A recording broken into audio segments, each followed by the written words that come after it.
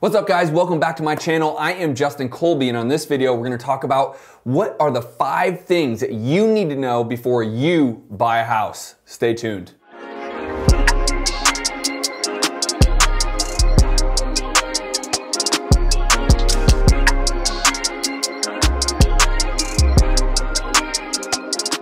What's up guys, I am Justin Colby, and on this channel we talk all things business, real estate, and entrepreneurship. So if you like any of those 3 things, make sure you are subscribed to my channel. And by the way, just so you know, there actually is a notification button that if you click that, it'll actually notify you when I am dropping new videos. And by the way, I drop 3 videos a week. So if you do those 2 things, you have greatly helped me out, and let's get into this video. Alright guys, so why I am shooting this video is because actually at a moment in time, I'm actually looking to buy a new home out in Miami, Florida. And quite honestly, it isn't that easy because of how crazy the market is. First of all, interest rates are at an all-time low or close to. They're still very low, I should say. And there is just simply nothing to buy. So all the good properties get bid up and quite honestly are already over purchase price, or at least what I would be considering purchase price, because there's no comps supporting the price. So it's just a very challenging thing. And so I wanted to record this video for you guys so you actually can know what are the things that you need to do if you're also looking to buy a home. The first one I'm gonna mention is actually the thing you don't want to be doing, which is opening up new credit lines, new credit cards, or making massive purchases on credit right before you buy a home. I just went through the whole loan application process, and they do a deep dive into your credit, not just your credit score, but what lines of credit you have open. Now, as a business owner and someone who likes to think of himself as somewhat financially literate, I actually have quite a few credit cards.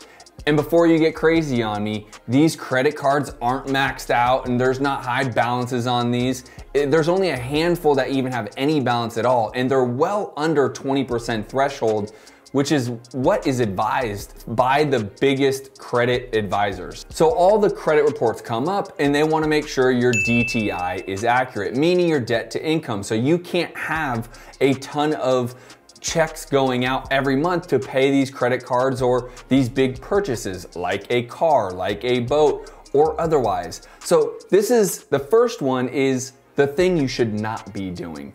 Do not go open new credit cards, do not open new credit lines, or use a massive amount of credit before you close on your home. Second will be the obvious. Location, location, location. If you're buying a home for yourself, make sure the location is correct for yourself. Now I'm gonna use location, location, location, very strategic for you guys. First, the first location will be, where do you really want to live? Don't buy a house just because you can afford it. Buy it because you want to be living in that area. Second, make sure that area doesn't have a lot of street traffic. Make sure that there's not a lot of cars going up and down your street throughout the day, that there's not certain days or hours that that street is completely crowded or blocked because there's so much traffic. Make sure that location isn't a big thoroughfare certain times a day or even days of the week. And the third location is, make sure it's not in a noisy area. Make sure that it's in an area that is, well, up to your liking, right? Some people would consider something noisy, some wouldn't, but I would tell you, make sure that that is in an area that you feel comfortable, that you're not gonna be woken up late at night because the area is just a loud area with a lot of noise going on. The third pillar is, make sure your commute to work, friends, family, or just entertainment in general isn't incredibly far. Understand, what is your daily routines? What do you do every single day? What do you want to be around? When I'm looking for a house to buy currently, I want to be able to be somewhat in walking distance or very close driving distance to restaurants and shops and coffee shops, something that I can take my daughter to very, very easily to A, potentially entertain her, or B, because it's something me and my wife want to be able to go do. So when I'm looking for a location, I want to make sure that my commute to the things I want to do is really short.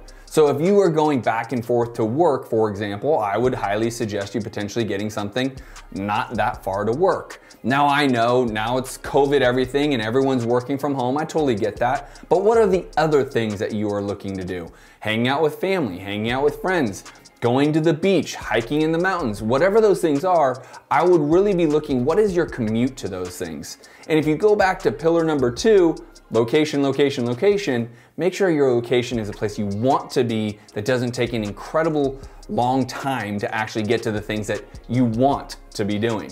Now, number 4 is I would actually tell you guys not to worry about the cosmetic. Again, this is all coming from experiences. I'm looking to buy homes, both that are fully remodeled that I really like and something that I'm looking to remodel fully.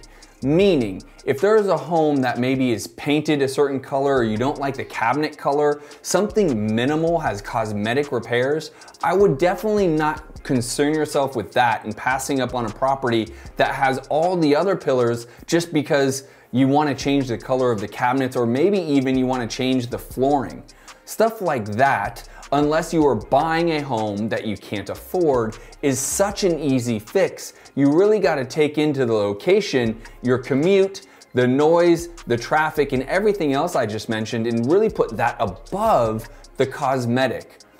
Again, let's just say you don't like the exterior paint color because they decided to paint it some ugly taupe color. Well, and you want a house that is a light gray with white accents, don't pass up on that home just because you have exterior paint issues. That is such a simple fix. Frankly, and yes, I've been investing in real estate for quite a long time and have rehab flipped over 600 homes in my career. Frankly, taking a wall down and redoing a kitchen really shouldn't make or break the deal because quite honestly, it's not that expensive, especially if you're buying right. Now, if you're liking this so far, there's only one actual pillar left that you must do before you buy the house, but do me a favor. Hit the like button, make sure you're liking this video, and you haven't yet, make sure you subscribe as well. Now with the last pillar, it is super essential that you do an inspection. It does you no good to get all the way 99 yards down the field, everything checks off on the list, and then you don't do an inspection and you buy a home that needs complete new electrical, complete new plumbing, or has a leaky roof or something that's gonna cost you massive amount of money because you didn't know it on the front end. Make sure you do a full inspection that will take care of the high-end stuff, such as roof, plumbing, electrical, pool if it has one, the air conditioning, make sure that that works. Anything that has high ticket, make sure you're doing that inspection. I'll obviously get a pest inspection to make sure that there's not termites. Just make sure you're buying a good home. Do not worry about the cosmetic.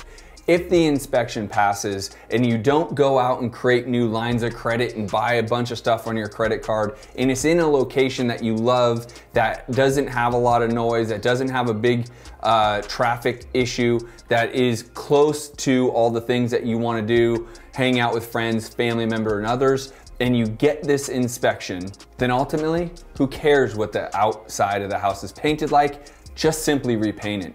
If you do these 5 things, you really are ahead of the curve. I highly suggest these.